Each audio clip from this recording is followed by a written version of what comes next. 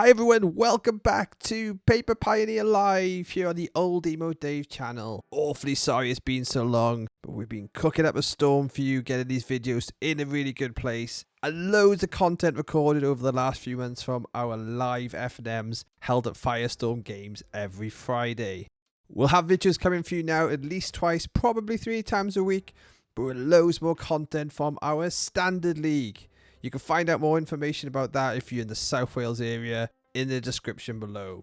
And as always, if you want to support this channel, you can pick up Pioneer decks for as low as £29 from Firestorm Games from the links in the description. As usual, I have some friends of mine who will help with the commentary. So before I hand you over to John and Jay, please make sure you subscribe to the channel. We'd love to get right up there so we can buy more cardboard. Enjoy the games. And I'll see you soon. It's been a while, Jay. How have you been, man? I've been good. How have you been, John? Yeah, I've been pretty good. So, our match today is... What did they just do? Is it a pick a select card and you get to go first? It's literally rock, paper, scissors in 3 cards. Oh, I see. That's pretty cool. Never seen that before. So as you were saying about the match. So the match, we have red-black midrange and white-blue spirits coming into it. Respectively, the players playing it is Lucy playing the red-black midrange and Harry playing white-blue spirits. The red-black midrange deck. It's just standard. It's just standard Rakdos midrange, isn't it? There's no spice. It's just Rakdos midrange. It's a very consistent deck. Something you always got to think about when you go, even on your local F&M sometimes. That's true. Anyways, we see Harry taking a mulligan. He's on blue-white spirits. Blue-white spirits. Yeah. Everyone should know. It's got spell colors, Mausoleum Wanderers. It's a tempo game plan. They've got loads of counter spells. They've got spirits. They can be aggressive whilst also interacting and stopping the opponent. I think in this matchup, if Rakdos can do fatal push, Thoughtseize things, they've probably got it in the bag. But if they stumble just a little bit and blue-white spirits is able to hold up mana or potentially get some card advantage going, I think they'll win this. Red-black mid-range tend to have a large removal sweep. And one of the things that spirits are somewhat resilient with is the amount of creatures they play normally for a tempo deck. Normally you'd see something more spell-heavy. I agree. If you can get rid of all the creatures as a red-black player, if Lucy can do that, then spirits, they won't have enough threats because it's not as threat dense as other aggressive decks because they've got things like counter magic, curious obsessions, things like that. Here we see a Blood-Tithe Harvester. I'm surprised. Okay, so it's a Blood-Tithe Harvester and either a Crux or a Bankbuster overplaying a Fable. Oh, sorry. They can't play the Fable because there's a Mausoleum Wanderer could counter it.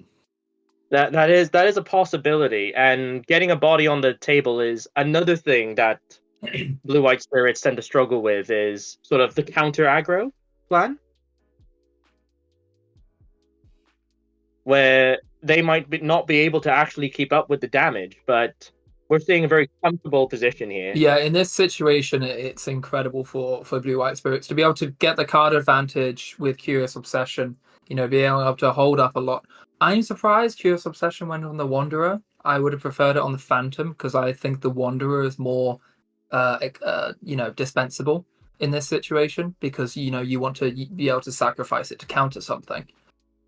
Yeah. I think one thing we have to consider here is that what does Harry want removed, right?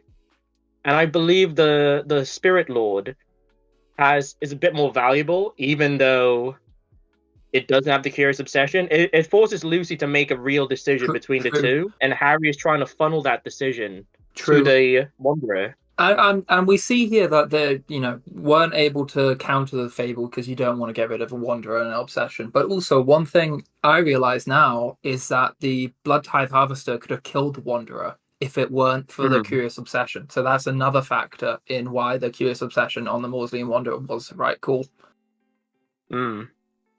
So here we see 3 damage. 4 damage in.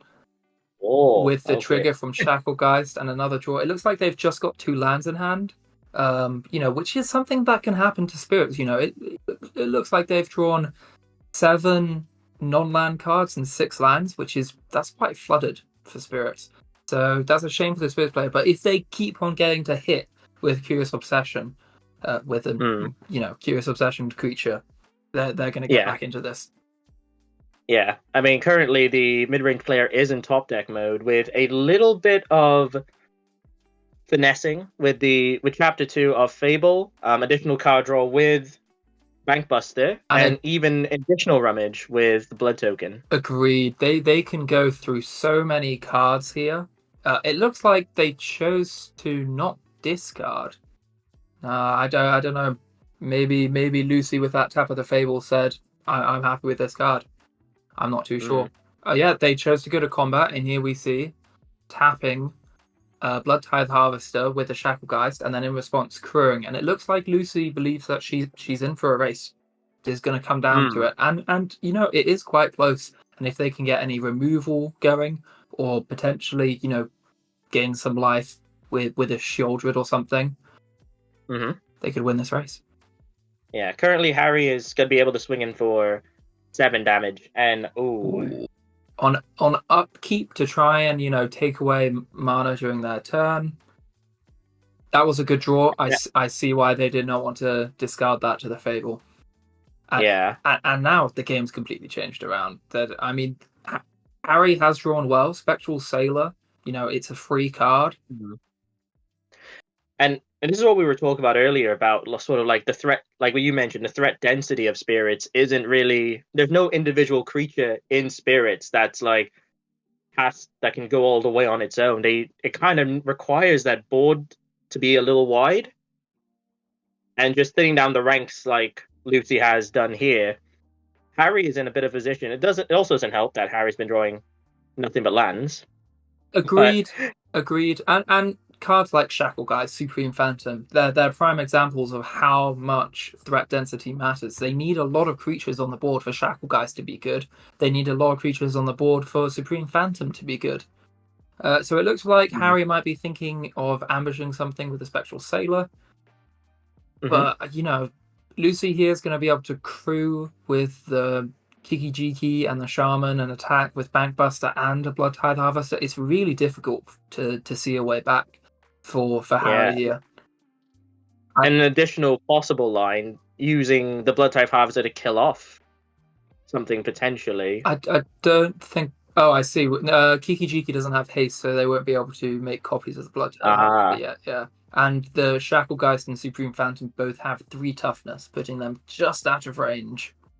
And this is kind of the power of mid-range now, where they might both be in a position of pass-go, but Lucy's in a much stronger pass-go position. Well, I think the difference is that, Lucy just needs... Oh, wait, sorry, did they choose not to... Okay, so we're tapping. Sorry, I was going to say Lucy is in a much stronger position because it's a 2-turn clock. They're attacking for 7 here. There's not going to be any blocks. They're all tapped out. Harry's got an empty hand. Oh, actually, are they dead? Are they dead on the crackback? Have we miscalculated? 1, 2 plus 3. That's 6 damage. Okay, so if Harry draws a Lord, they might win this if Lucy has nothing. Assuming Lucy has nothing here. I see a Graveyard Trespasser, which does gain a crucial life. It can gain 1 life here. Lucy doing the calculations here just to weigh up the options. I don't think the 1 life matters, but I don't see why not play it. Oh, looks like they're going to draw, hopefully, into removal. That was a land they drew off the top, though. I do like that. I think that was a very smart calculation, because really this Trespasser life doesn't matter, because if they draw a Lord, they've won regardless of the 1 life or not. And so I think trying to draw into removal, it's the best way to stop yourself from losing, which is a really good mindset to have. Yeah, it has opened the gate for Spectral Sailor to draw an additional card. So we got 2 digs here for a potential win condition for Harry. Probably 3 digs. Yeah, there we go. Draw. So, it looks like there's just a Lantern Bearer, which won't do it. And they're just dead. because the Graveyard Trespass's attack trigger is just going to deal the 1 damage. So Yeah. this is GG's. There we go. Scoop them up. All right. Sideboards. And yeah, I'm not entirely sure. So a sideboard plan for the Rakdos side might be something a bit more creature removal focus. I think sweepers. I'm not sure exactly what sweepers they play. I believe Ritual of Suit and Extinction Event are popular choices, with the Malia combo and Convoke being things. Path of Peril is quite big, but that's also good against spirits. Path of Peril is also great against spirits. Mm-hmm. So yeah, and on the spirit side, I mean protection spells, right? It would be somewhat protection spells or spells that are pretty good against the colors. Also, card advantage spells. So Catilda, Cemetery, Illuminator, 2 Skyclave Apparition, some more counter spells. There's a lot of cards going in. I don't know if they have Wedding Announcements, but they're also very good against Rakdos. Yeah, just generating sort of that. Okay. Board advantage. I think the advantage of Azorius. Sorry, I was just saying I can see their entire sideboard: 2 Witness Protection, Catilda, Slip Out the Back, 2 Skyclave Apparition, and a Wedding Announcement coming in. This is kind of the advantage of the white-blue version of spirits, because white gives that access to very strong removal options, especially in a matchup like this. Agreed. And things like Wedding Announcement can just change the game around, making all your creatures bigger, providing loads of chump blockers, and providing card advantage is good. It looks like I did see a Rakdos a Extinction Event for Lucy there. Yeah. So I think I do think there is a Rakdos midrange there, Jay. So I think she is bringing in a sweeper and probably more removal-y stuff as well. And it could be, it's quite the call, but in the tempo plan now, last game we saw Rakdos midrange go first. Now we blue-white spirits. The tempo would already kind of shift in that sense. Like turn 1 Spectral Sailor, you go land go. See if Lucy tries to Thoughtseize turn 1, flash in your creature, set up for sort of like a board state where you're just generating advantage every turn. Yes. Well, you say Thoughtseize, but it looks like Lucy is deciding to take out Thoughtseize, Graveyard Trespassers, Bankbusters, and they're bringing in Colligan's Command, which is quite a long card, and then a Languish and Extinction Event. Discard effects are quite good against tempo strategies because they rely on sort of making use of a fewer cards in hand, and also kind of Rending Volley has been brought in. Oh yes, they when we think of like good sideboard options in Pioneer, Rending Volley is definitely up there. Yeah, Rending Volley is absolutely fantastic. Like the amount of blue and white creatures. I mean, Rending Volley is literally anti this deck for this matchup. Yeah, for sure, and to be able to stop counter spells. So going back to what you said about Thoughtseize, I think in this matchup, on the draw, Thoughtseize is not as good because you can't afford to take 2 life. And let's say, they turn 1 Spectral Sailor and you've got a Thoughtseize or a Fatal Push in hand. You are going to Fatal Push every time. And then playing that Thoughtseize next turn, it becomes that much worse. And a lot of the times, these decks play 4 of. If they play a turn 1 Spirit and you Thoughtseize them and see 2 Curious Obsessions, you basically concede on the spot. You've lost that game. And taking 2 extra life matters a lot. We saw Lucy win last game at, 1 or 2 life? No, Lucy was at 3, but that was because Harry decided to all-out attack knowing that he lost that game. Yeah, but if Harry had a Lord, he would have won that game. But also if Lucy had Thoughtseize earlier in the game and just 1 other damage from anywhere else, Harry would have also won that game. So I think it is important to know that Thoughtseize isn't free, especially against these aggressive decks. You can have nearly free entertainment by coming to play with us every Friday in Firestone Games. If you want to find out more about where we play these games, the link is in the description. You can support the channel by buying something there from the shop. We'll get a little bit back to help the channel make some great content. Speaking of Thoughtseize, there it is, turn 1. I understand the argument, though, where you don't necessarily want to see Thoughtseize throughout the game, but this is exactly how this turn is playing out. Turn 1 Thoughtseize, and then turn 1 Flash and Sailor. And there is a myriad of options. Harry's this showed a wedding announcement, which Lucy immediately picks up. We got 2 protection spells back-to-back in Harry's hand. This hand is not that great. You have a 1/1, you've got 2 protection spells, sure, and then a wedding announcement, which you know might get Thoughtseize. It's definitely a risky keep. If they don't draw into any threats, and they draw into, let's just say, some counters, some more protection, they will probably lose this game. Their hand does not look very good at the moment. No, purely on the rate of the creature, it's going to go on. But Harry does have a few top decks. And Rakdos Midrange tend to have, again, just better cards at rate. And Harry choosing to leave his hand revealed as well makes it a lot easier for all of us. What is that Mutavault, that land? Yes. Oh. It's a good replacement when we consider sort of the mono blue variant has access to Snowlands, which gives them access to Faceless Haven. Obviously now splashing the color, you can't really afford to play the Snowlands, so Mutavault's a strictly better card in that sense. Sorry to interrupt, but I think we just saw Stomp go face. So I believe Lucy is thinking this is a race, which is crazy considering they're at 14. They want to cast the creature side of Bonecrusher at some point as well, because they knew that it would probably fizzle if they tried to go for a target with the slip out the back and shore up. Yeah. It's making use of the mana that she has now. I think, it's like you said, she knows that it's probably just going to get fizzled out because she's aware of the 2 protection spells in hand. So, yeah, just taking the most advantage out of that card while you can. There's an argument to the value of waiting, though, but maybe Lucy's Hand of Time can accommodate that kind of patience.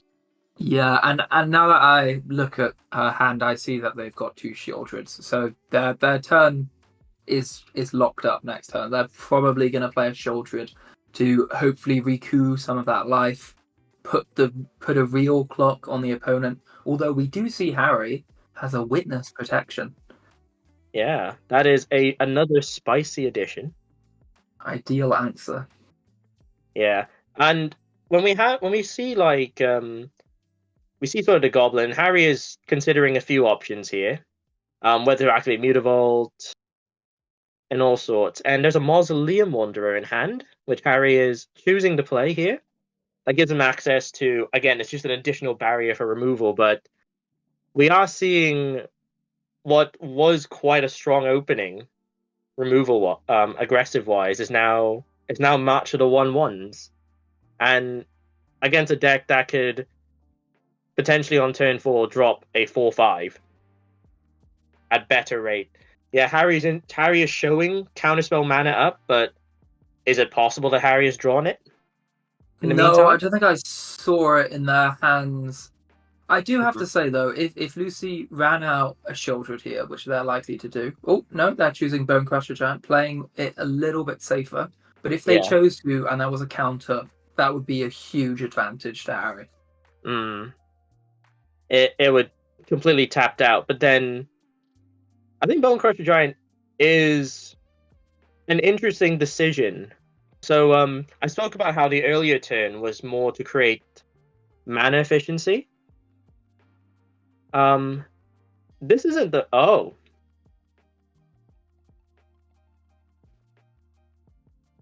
Oh. So...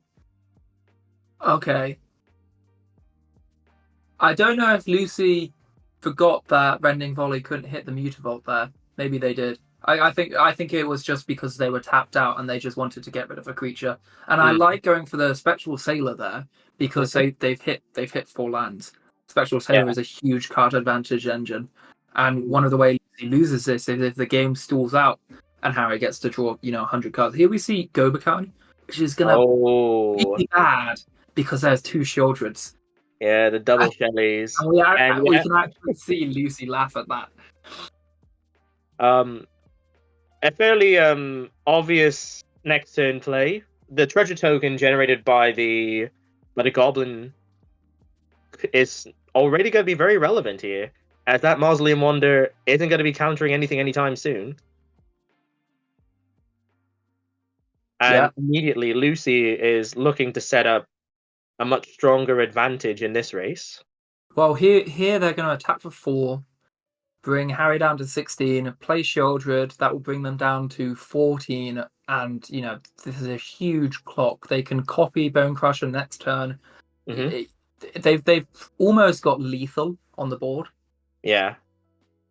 And we know that Shieldred resolves there, but that 2-mana up was held up to kind of provoke Lucy to possibly play a land, shock it in.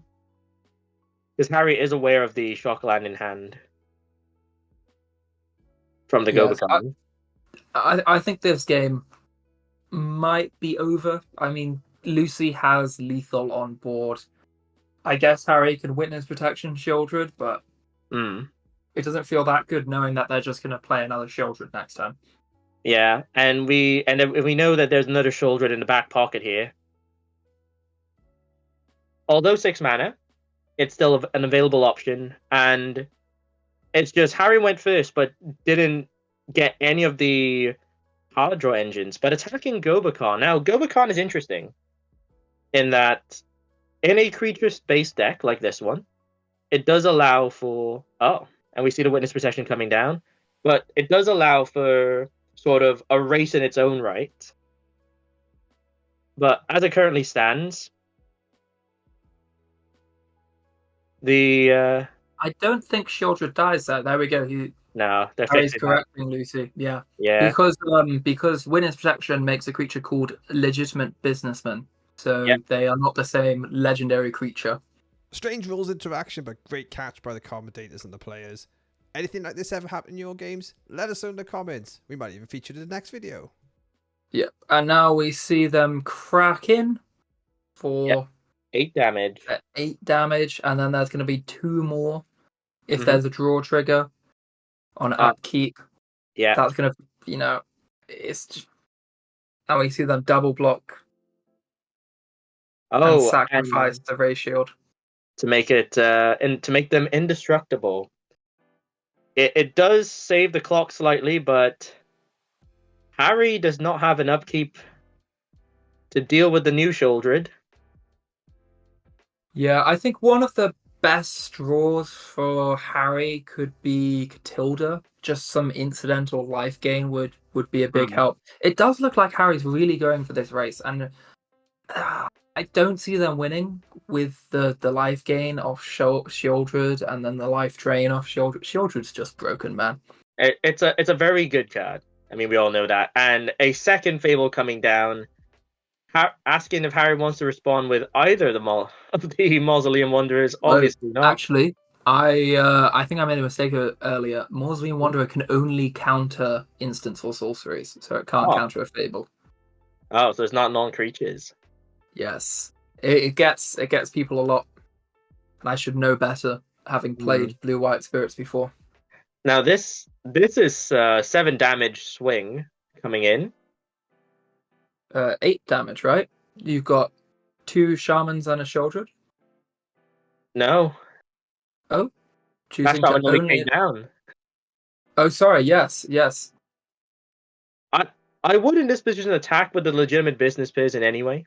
Because that's the card least likely to be blocked, right? And that's just additional damage. I agree, but they do have a Mutavault, so it would be a free block. And so maybe they're wanting a chump here, but I'm not sure. It would force kind of Harry to tap the mana in a particular way as well. It looks like they're discussing a possibility. Yeah, Harry, win the match.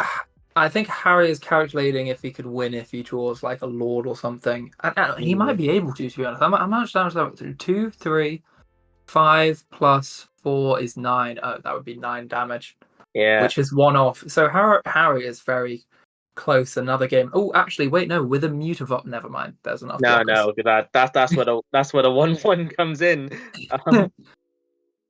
Yeah. Just a note, this isn't FNM, but as a competitive regulation event, I don't think you would be able to get away with going for the Spectral Sailor block and then activating Mutavault and blocking with that afterwards, if they do choose to activate Mutavault. Yeah. Well, that's why we're not yet in the blocker step, so we're still on declare attackers. The attackers have been declared. So Harry's deciding any worthwhile blocks available. I think that they're trying to figure out if there's any way they can possibly win this game. No, it's. I think Lucy was able to manage the tempo of this game a lot better than the tempo deck, which mid-range decks tend to do. Better creature rates, as we've seen, and just Harry unfortunately not being able to draw answers immediately to the bigger threats. Yeah, I think another possibility is I think Harry kept a pretty poor opening hand. It didn't do that much. There was a lot to keep a Spectral Sailor alive, but it's a Spectral Sailor. So we saw trading the Mutavault and saving the Spectral Sailor. Slipping it out the back, Harry goes down to 4. And it is a Lord. So I believe they've won the game now because So the reason they win the game is they attack for 9, and then Lucy cannot win on the crack back. They can't deal enough damage.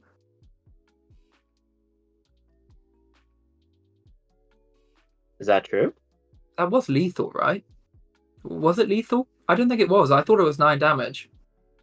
It was 4 plus 3. Oh, that's exactly 10. It was because of the slip out the back. Yeah, I forgot about that one damage. A top deck. That was a top deck. Oh, there we go. So we are getting a game 3 here. Wow. No additional sideboarding seems to be happening. Yeah, that was quite exciting. I feel a bit daft for not recognizing it was lethal early. It was. We very much kind of had like the worst reaction to possibly the most game-changing top deck in this game. It was meant to be a lightning helix moment, and we were just like, wait, what was that lethal? It's because we made the calculation and then he played slip out the back, and we forgot to factor that in. Yeah. I think I knew that slip out the back +1/+1 was gonna do something, but I didn't realize the calcs. And I always forget the Mausoleum Wanderer's other ability. When you play Spirit, it gets bigger. Yeah, they get pumped quite a lot. That's how you can really get some huge damage going. If you can get some Mausoleum Wanderers, play some Lords, it's a huge amount of damage. So we've seen Harry with Blue-White Spirits lose once because they didn't top deck a Lord, and win once because they top decked a Lord. Maybe they should play more Lords. I don't think there are any more Lords at least in Pioneer. What? There are two more Lords. I mean, they may or may not be playable. They're playable in Bant Spirits because Coco, you want more 3-drops. But there's Patrician Geist, and Empyrean Eagle. Oh, of course. I remember the good old Empyrean Eagle in the earlier builds. Yeah, but I think they're going more low to the ground now. Oh, I love putting it straight into the graveyard. They know exactly what's going to happen to it. So Harry doesn't have a turn 2 play here. Well, they might have a Rattle Chains or something, or maybe a counter spell. It would be great if they could counter this. It doesn't look like they have, though. We have not actually seen many counters from Harry. Ooh, a Destroy Evil. Destroy Evil.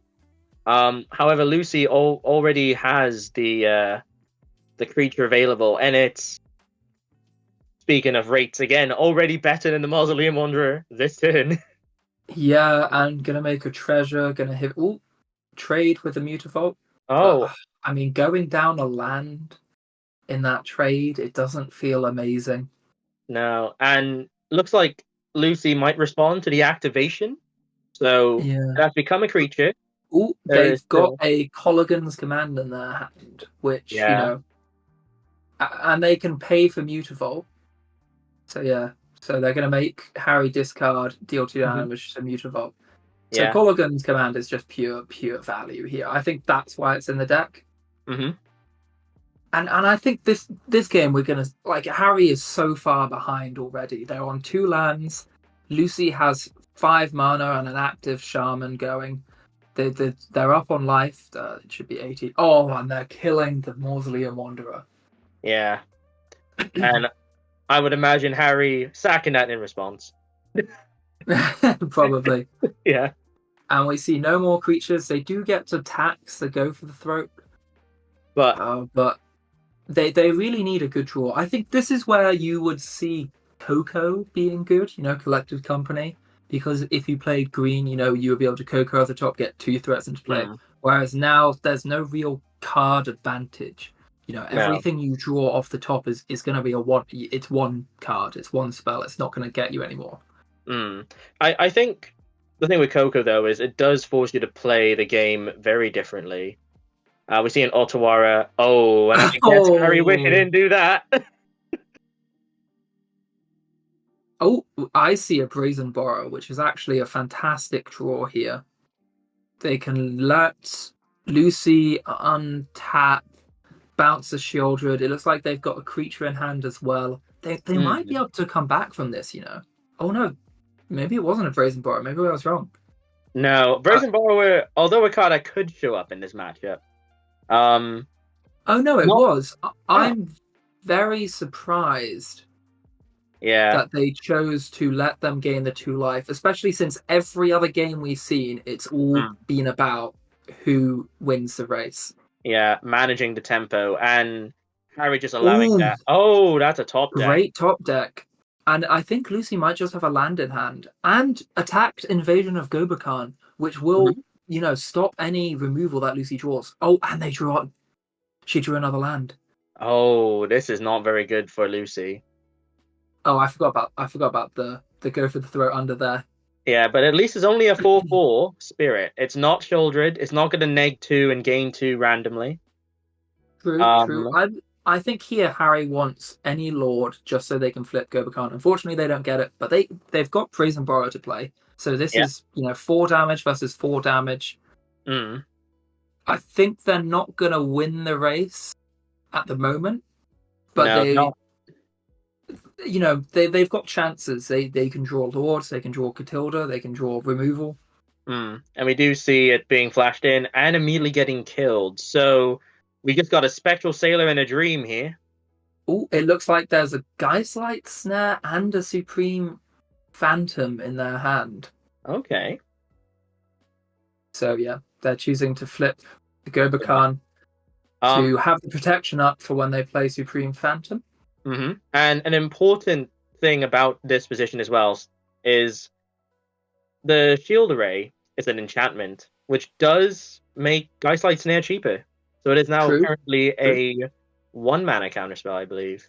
I don't expect it to be that relevant, given the amount of mana that Lucy has at her disposal. You never know, Jay. There could be the one random... I don't know, Inferno Titan. I don't know what could be in this.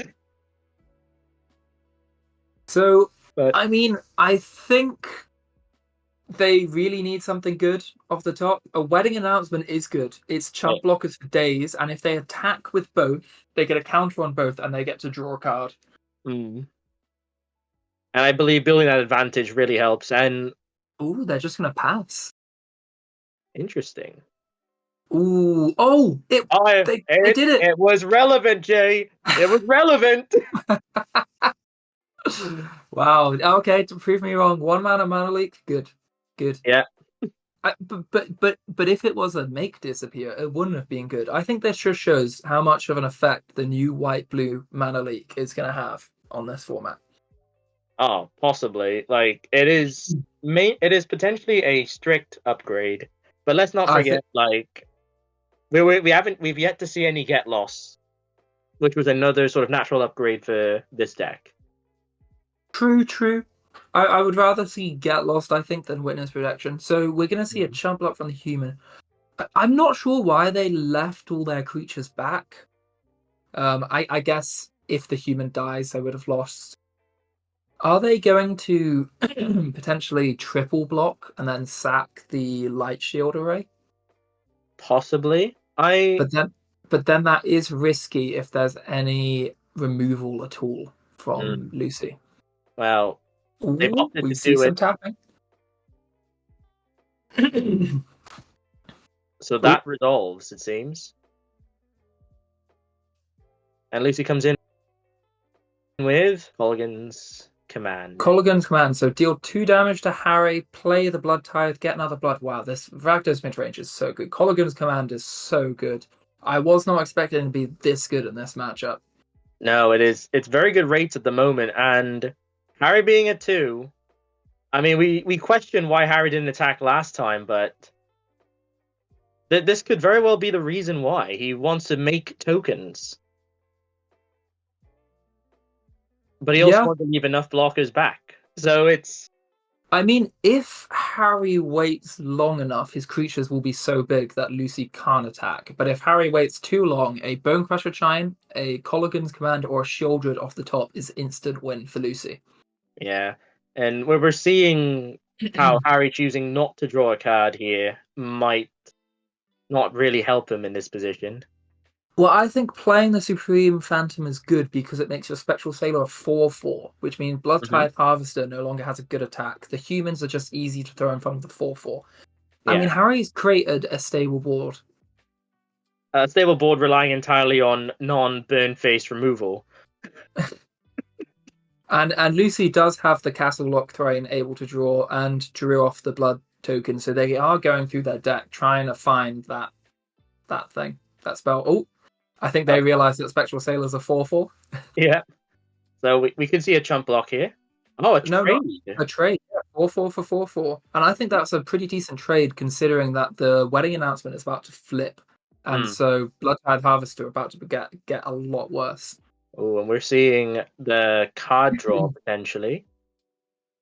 Yeah, so card draw, it flips, they play Mutavault. They've got enough blockers. I don't think Lucy is going to be able to get in by attacking at this point. No, and we do see removal spell off the top. What is that?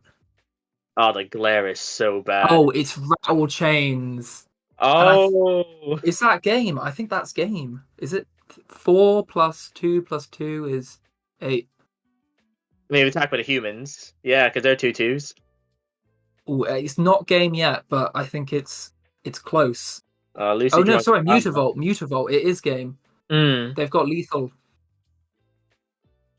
It looks like there's a Fable of the Mirror Breaker. Yeah. So Lucy trying to draw a card to see if they could respond to the ETB effect. Obviously, we know she can't.